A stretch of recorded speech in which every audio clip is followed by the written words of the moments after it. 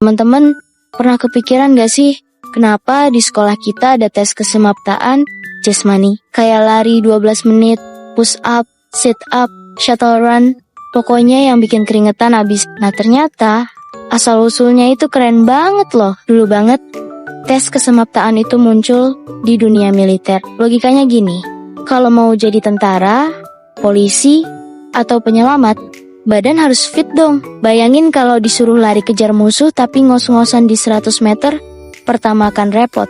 Hehehehe. Makanya, sejak zaman perang, mereka bikin standar kebugaran jasmani biar bisa ngetes kekuatan, daya tahan, kelincahan, dan kecepatan. Dari situlah muncul tes kayak push up, sit up, lari, sama blip tes yang sekarang kita kenal. Tapi jangan salah, bukan cuma militer aja yang butuh, dunia pendidikan juga akhirnya ngadopsi tes ini.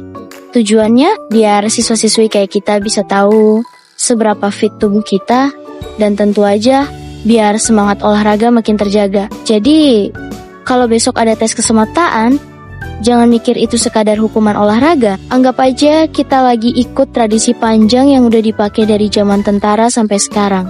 Keren kan? Nah, yang pertama, penjelasan tentang tes blip.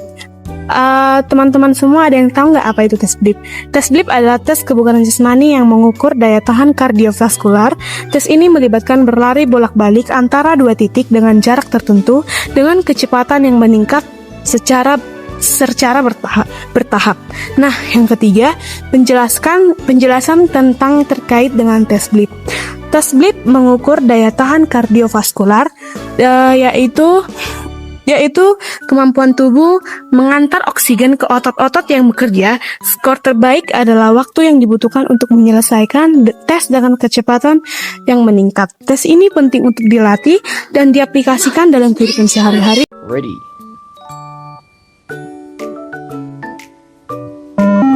Start level 1.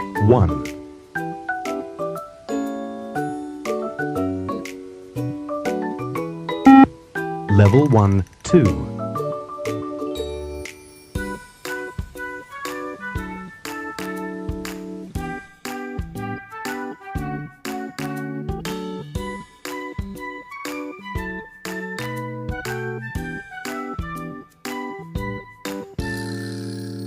Manfaat dari kebugaran jasmani memiliki sangat banyak manfaat, seperti yang pertama, meningkatkan kesehatan jantung.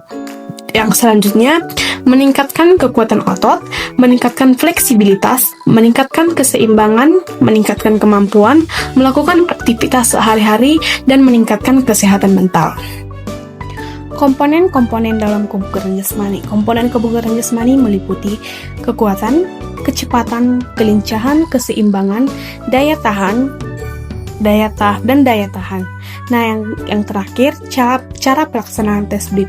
Yang pertama, berdiri di belakang garis awal, berlari bolak-balik antara dua titik dengan jarak tertentu. Tingkatkan kecepatan setiap menit, dan yang terakhir, berhenti jika tidak dapat melanjutkan lagi. Pernah dengar nggak kalau mau daftar TNI atau Polri, itu ada yang namanya tes kesemaptaan jasmani? Bukan cuma formalitas loh, ini syarat wajib banget. Kenapa? Karena jadi TNI atau Polri itu kerjanya nggak bisa setengah-setengah. Mereka harus siap fisik, mental, dan stamina kapanpun dibutuhkan. Bayangin deh, kalau ada bencana, siapa yang pertama turun tangan? Atau kalau ada tugas pengamanan, siapa yang harus jaga 24 jam non-stop? Nah, jawabannya jelas. Makanya tes kesemaptaan jasmani dipakai buat ngetes daya tahan tubuh, kekuatan otot, kelincahan, dan kecepatan calon anggota. Dari lari 12 menit, push up, dan sit up, sampai shuttle run yang ngetes kelincahan, semua itu ngegambarin kesiapan fisik seseorang. Kalau skornya bagus, berarti badannya prima, siap dilatih lebih keras, dan tahan menghadapi kondisi ekstrem di lapangan. Kalau skornya jelek, ya otomatis dipertimbangkan ulang.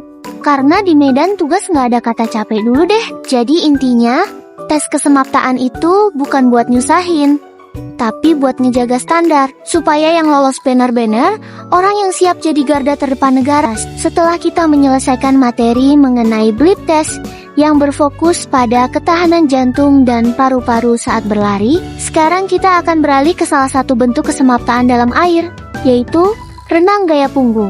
Pada bagian ini, kita akan mempelajari teknik dasar, koordinasi gerakan, serta pentingnya penguasaan napas dalam menjaga efisiensi saat berenang. Yuk, kita mulai. Nah, teman-teman pernah nggak kepikiran, kenapa ada gaya renang yang miring ke atas sambil ngeliat langit? Yap, itu namanya gaya punggung. Asal-usulnya lumayan unik, guys. Dulu, renang udah dipakai sejak ribuan tahun lalu sebagai cara manusia bertahan hidup, mulai dari menyeberangi sungai sampai berburu ikan. Nah, gaya punggung sendiri baru populer sekitar abad ke-19, waktu olahraga renang mulai sering diperlombakan. Kenapa disebut gaya punggung? Karena posisi tubuhnya telentang, alias punggung ngapung di permukaan air. Bedanya sama gaya lain, gaya ini bikin kepala tetap di atas. Jadi kita bisa bernafas lebih santai. Cocok banget buat orang yang pengen renang tanpa takut keminum air kolam terus-terusan. Seiring waktu, gaya punggung resmi masuk cabang olahraga renang internasional. Bahkan, sekarang jadi salah satu gaya utama di Olimpiade. Jadi kalau kamu lagi latihan gaya punggung, ingat, ya kamu lagi pakai gaya renang yang punya sejarah panjang dan dipakai atlet kelas dunia. Keren kan? Dari survival kuno, berubah jadi teknik modern yang mendunia. Halo teman-teman semua, saya Marisa Simoonsong dari kelas 11 Rumpun 3. Di sini saya akan menjelaskan tentang teknik dalam renang gaya punggung. Yang pertama, teknik tangan dalam renang gaya punggung. Posisi tangan masuk ke dalam air dengan telapak tangan menghadap ke bawah dan jari tangan telapak. Gerakan tangan bergerak ke samping dan ke bawah, kemudian ke atas dan ke depan, membentuk lingkaran. Posisi siku sedikit ditekuk untuk mengurangi hambatan. Sekarang perhatikan gerakan ini teman-teman. Mulailah dengan posisi tubuh telentang di permukaan air. Ayunkan satu tangan ke belakang melewati atas kepala. Masukkan ke air dengan jari kelingking lebih dulu. Tarik tangan ke bawah sejajar badan hingga ke pinggul. Lalu angkat kembali ke atas untuk gerakan selanjutnya. Lakukan bergantian antara tangan kanan dan kiri secara terus-menerus dan ritmis. Nah, yang kedua, teknik kaki dalam renang gaya punggung. Posisi kaki lurus dan rileks dengan tumit sedikit lebih tinggi dari ujung kaki. Gerakan kaki bergerak ke atas dan ke bawah dengan gerakan yang lembut dan santai. Posisi lutut sedikit ditekuk untuk mengurangi hambatan air. Kita lanjut ke pelaksanaan kaki gaya punggung. Posisikan kaki lurus dan rapat di permukaan air. Lakukan gerakan neck to land dari pangkal paha, bukan dari lutut. Tendangan ke atas dilakukan kuat dan cepat, sedangkan ke bawah lebih santai. Pertahankan irama agar tubuh tetap melaju stabil di air. Halo teman-teman, yang selanjutnya saya akan menjelaskan tentang teknik kepala dalam renang gaya punggung. Nah, posisi kepala menghadap ke atas dengan wajah yang lebih tinggi dari permukaan air. Gerakan kepala bergerak sedikit ke samping untuk mengambil napas. Nah, selanjutnya teknik pengambilan napas dalam renang gaya punggung. Napas diambil melalui mulut dengan kepala sedikit dimiringkan ke samping. Napas dikeluarkan melalui hidung atau mulut dengan kepala kembali ke posisi semula. Selanjutnya, perhatikan posisi kepala pada gaya punggung. Pastikan kepala tetap menghadap ke atas dengan pandangan ke langit-langit. Jangan menunduk atau menoleh ke samping agar tubuh tetap sejajar di permukaan air. Biarkan kepala rileks dan diam, sementara gerakan berasal dari tangan dan kaki. Halo teman-teman.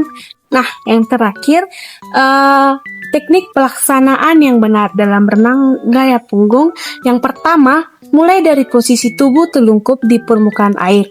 Nah, yang kedua, gerakkan tangan dan kaki secara bergantian untuk menghasilkan gerakan maju. Yang ketiga, posisi tubuh tetap lurus dan rileks. Yang keempat, ambil napas secara teratur dan santai. Dengan mengikuti teknik-teknik di atas, kita dapat meningkatkan kemampuan renang gaya punggung